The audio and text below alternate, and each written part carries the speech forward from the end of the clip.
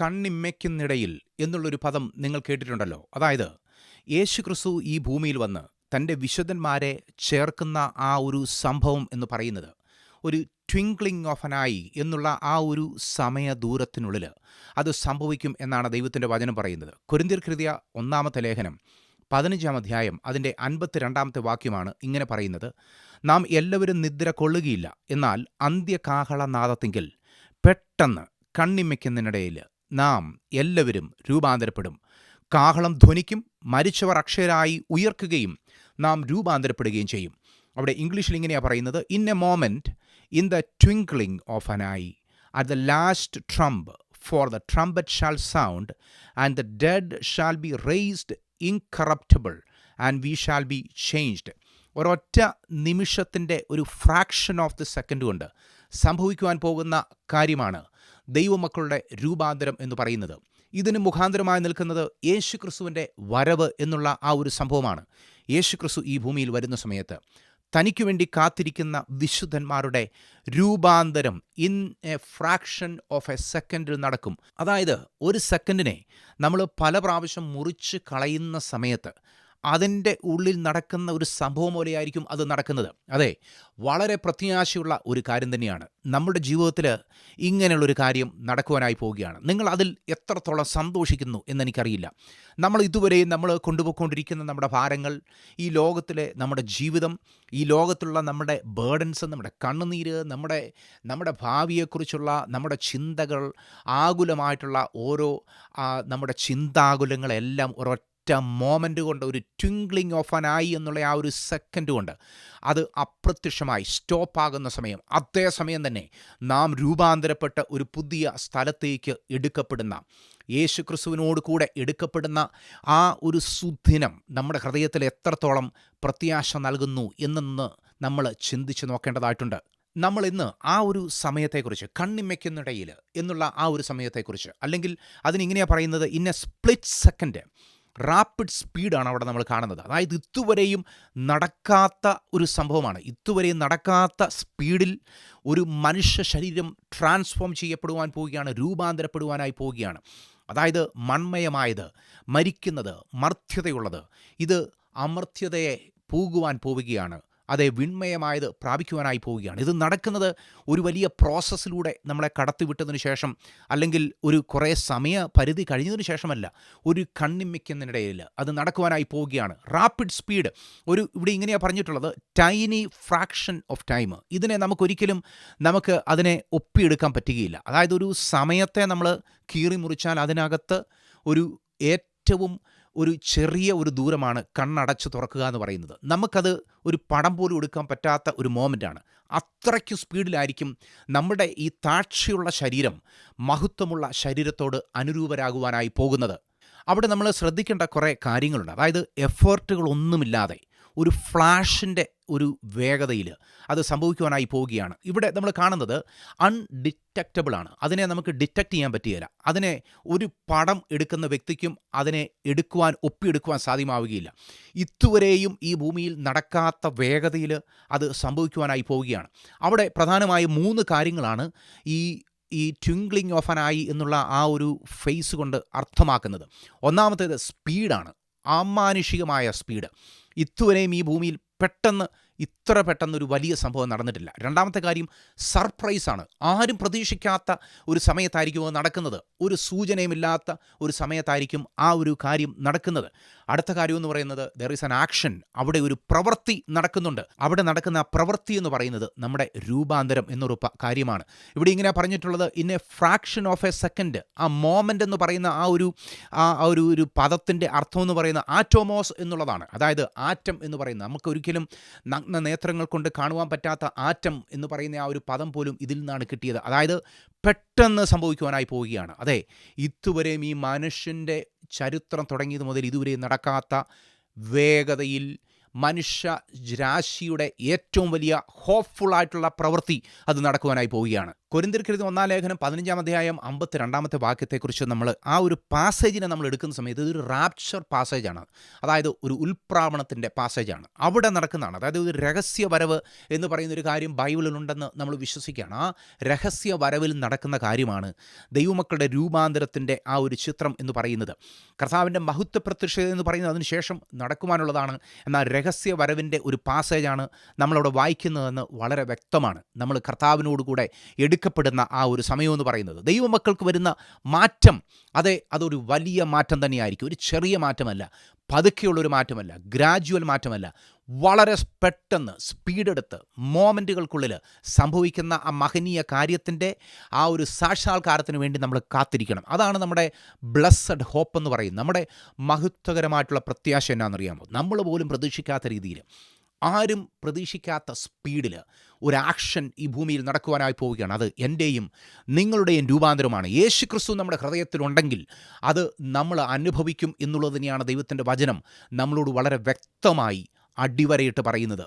ഇതെന്ന് പറയുന്നത് ദൈവമക്കൾക്ക് വരുന്ന ഒരു ഡെലിവറൻസാണ്. ഈ ശരീരത്തിൽ നിന്ന് വരുന്ന ഒരു ഡെലിവറൻസാണ്. രോഗവും ദുഃഖവും കണ്ണുനീരുമുള്ള ഈ ശരീരത്തിൽ നിന്ന് വരുന്ന ഒരു വിടുതലാണത്. അതായത് അവിടെ നടക്കുന്ന സംഭവം എന്ന് പറയുന്നത് caught up to meet the lord. കർത്താവിനെ എതിരേൽക്കുന്നതിന് വേണ്ടി നമ്മൾ ഈ ഭൂമിയിൽ നിന്ന് രൂപാന്തരപ്പെടുന്നതിനെക്കുറിച്ചാണ് അവിടെ പറയുന്നത്. ഈ മഹത്വകരമായിട്ടുള്ള പ്രത്യാശയിൽ ജീവിക്കുന്ന നമ്മളെ സംബന്ധിച്ചിടത്തോളം there is nothing to worry. നമ്മൾ ഭാരപ്പെടേണ്ട ആവശ്യമില്ല. ഇങ്ങനെയുള്ളൊരു മഹനീയമായിട്ടുള്ളൊരു കാര്യത്തിന് വേണ്ടി നമ്മുടെ കർത്താവ് നമ്മളെ ഒരുക്കിക്കൊണ്ടിരിക്കുകയാണ്. ഒറ്റ നിമിഷം കൊണ്ട് നമ്മുടെ എല്ലാ കണ്ണുനീരും മാറും. ഒറ്റ നിമിഷം കൊണ്ട് നമ്മളൊരു പുതിയ സ്ഥലത്ത് എത്തിച്ചേരും.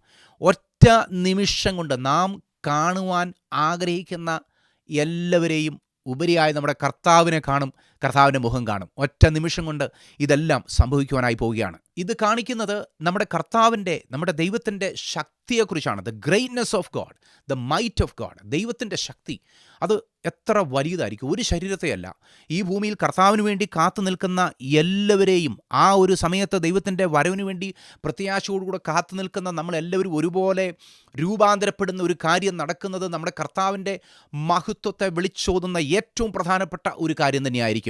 ഒരൊറ്റ നിമിഷത്തിനുള്ളിൽ ഇങ്ങനെയുള്ള എല്ലാവരും കർത്താവിന് വേണ്ടി കാത്തിരിക്കുന്നവർ, യേശുവിനെ രക്ഷിതാവായി സ്വീകരിച്ച് യേശുവിൻ്റെ മാർഗ്ഗങ്ങളിൽ ജീവിക്കുന്നവരെ സംബന്ധിച്ചിടത്തോളം യേശു കർത്താവിൻ്റെ മരണ പുനരുത്ഥാനങ്ങളോട് സാമ്യരാകുവാൻ അല്ലെങ്കിൽ അനുരൂപപ്പെടുന്നതിന് വേണ്ടി സ്നാനം ഏറ്റെടുത്തതിന് ശേഷം യേശു കർത്താവിൻ്റെ ആത്മാവിൽ ജീവിക്കുന്ന ദൈവമക്കളെ സംബന്ധിച്ചിടത്തോളം അവരുടെ മഹത്വകരമായിട്ടുള്ള പ്രത്യാശ അതെന്ന് പറയുന്നത് ദൈവത്തിൻ്റെ ശക്തിയെ കാണിക്കുന്ന ഒരു വലിയ സംഭവമാണ്. അതേ പ്രിയപ്പെട്ടവരെ, ആ ട്വിങ്ക്ലിംഗ് ഓഫ് ആൻ ഐയിൽ ഇവിടെ നടക്കുന്ന കാര്യമെന്ന് പറയുന്നത് നമ്മുടെ രൂപാന്തരം മാത്രമല്ല. അതേ വ്യക്തിപരമായി നമ്മൾ ഒരുപക്ഷെ ഒറ്റയ്ക്ക് ഇരിക്കുമ്പോഴായിരിക്കും, ഒരുപക്ഷെ നമ്മളൊരു പ്രാർത്ഥനാ കൂട്ടായ്മയിൽ സംബന്ധിച്ചുകൊണ്ടിരിക്കുമ്പോഴായിരിക്കും, ഒരുപക്ഷെ നമ്മളൊരു വലിയ സ്റ്റേഡിയത്തിൽ ഒരു ക്രൂസൈഡ് നടത്തിക്കൊണ്ടിരിക്കുമ്പോഴായിരിക്കും, ഒരുപക്ഷെ നമ്മൾ വാഹനത്തിലിരിക്കുമ്പോഴായിരിക്കും. നമ്മളുടെ സ്പേസ്, നമ്മൾ ഇരിക്കുന്ന സ്ഥലം എന്തെന്ന് ഇവിടെ അർത്ഥമില്ല, അല്ലെങ്കിൽ അതിന് പ്രസക്തിയില്ല.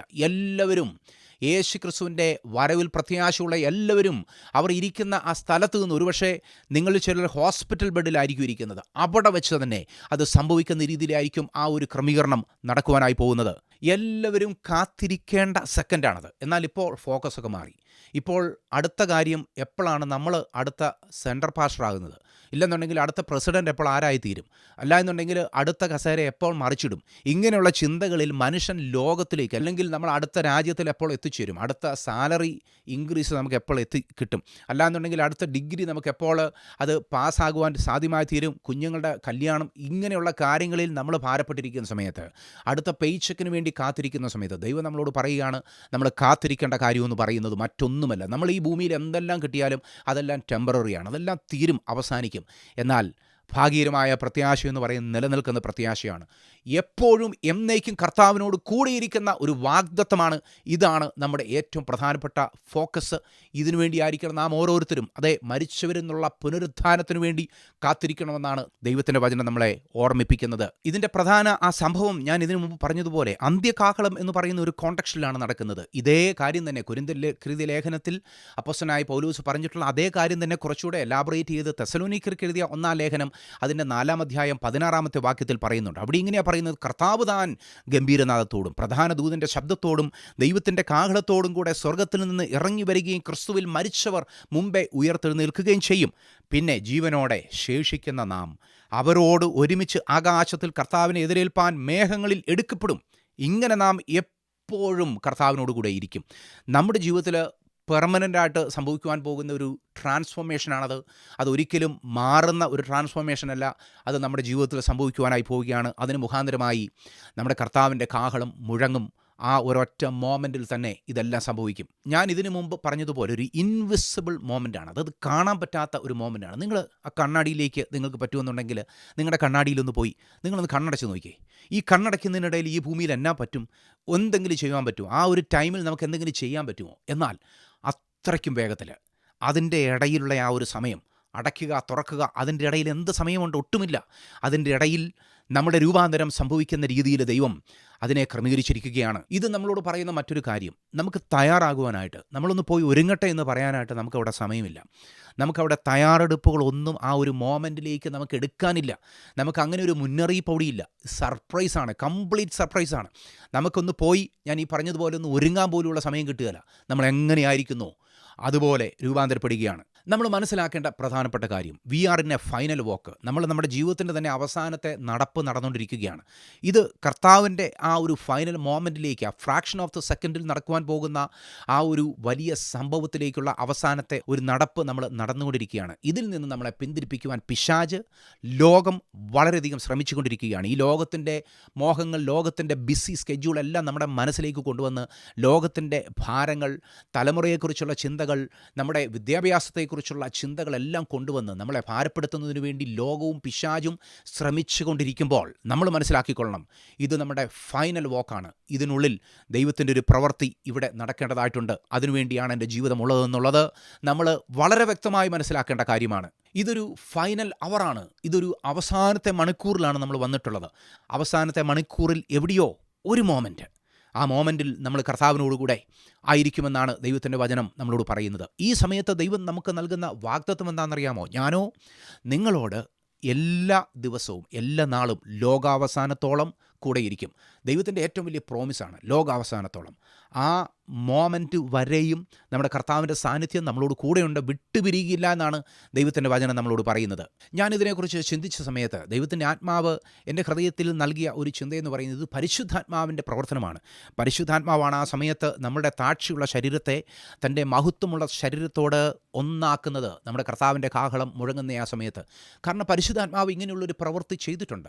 120 പേര് ഒരുമിച്ച് കൂടി അവർ ആ ദൈവത്തിൻ്റെ ആത്മാവിന് വേണ്ടി അവർ കാത്തിരുന്ന സമയത്ത് പെന്തക്കോസ്ത് ദിവസം ആ മാളിക മുറിയിൽ പരിശുദ്ധാത്മാവ് ഇറങ്ങി വന്ന് എത്രയും പെട്ടെന്ന് അവിടെ നടന്ന കാര്യമെന്ന് പറയുന്നത് പരിശുദ്ധാത്മാവിനാൽ ആ 120 പേരെയും നിറച്ചു എന്നുള്ളതാണ്.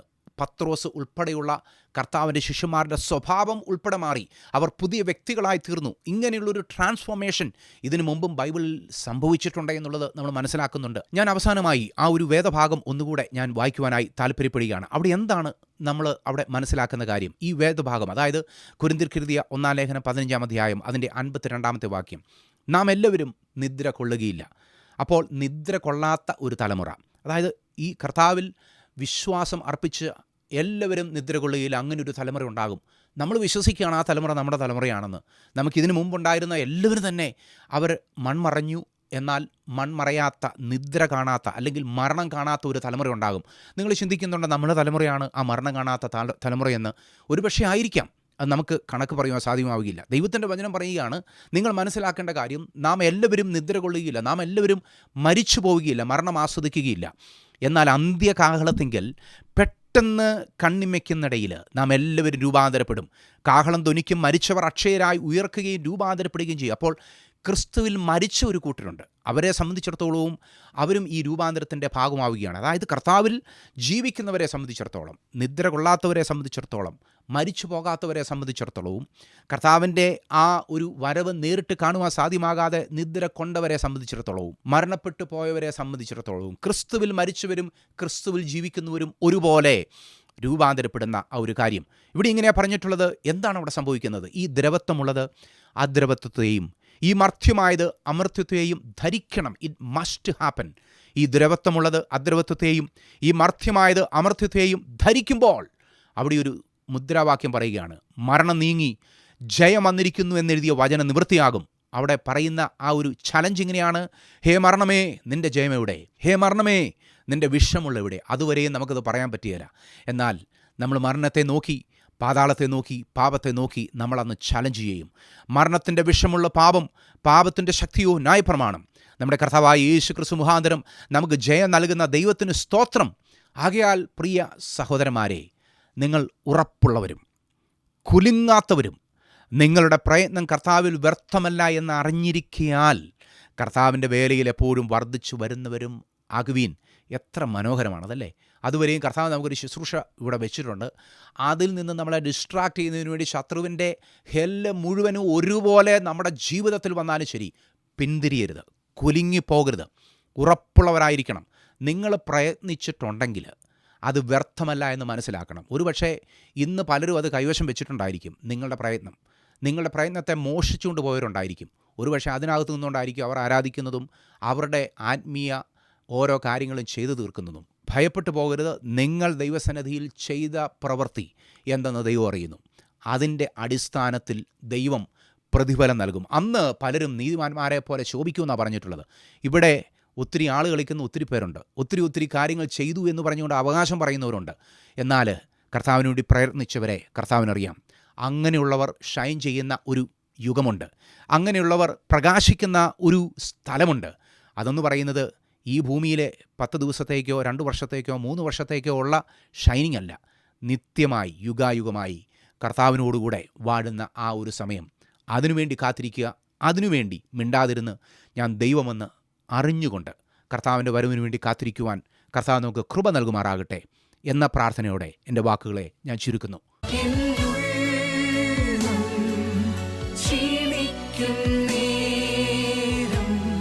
ഞാൻ പാടും യേശുവിൻ